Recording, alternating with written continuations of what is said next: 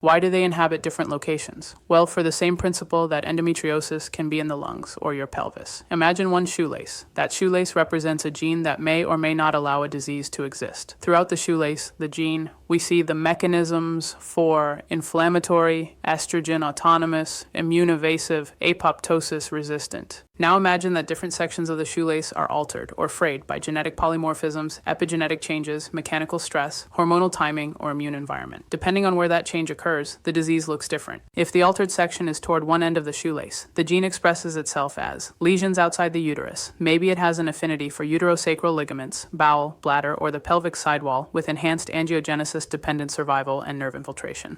These change mechanisms may end up looking like the common cases seen in endometriosis. If the altered section is toward the other end, that same gene might express with the following. It stays within the uterine wall, infiltrates the myometrium, forms cystic or diffuse glandular invasion, causes severe contractile dysfunction. These change mechanisms may end up looking like something we call adenomyosis. The shoelace didn't change, the expression domain did. The shoelace for the first is mutated towards more sensory fibers and the latter towards less sensory fibers. What determines where it shows up? This is where polymorphisms and local environment matter. Factors that influence expression pattern include the genetic coding you are born with, epigenetic activation or modifications, environmental factors such as chemicals, and exposure to mutagenic material.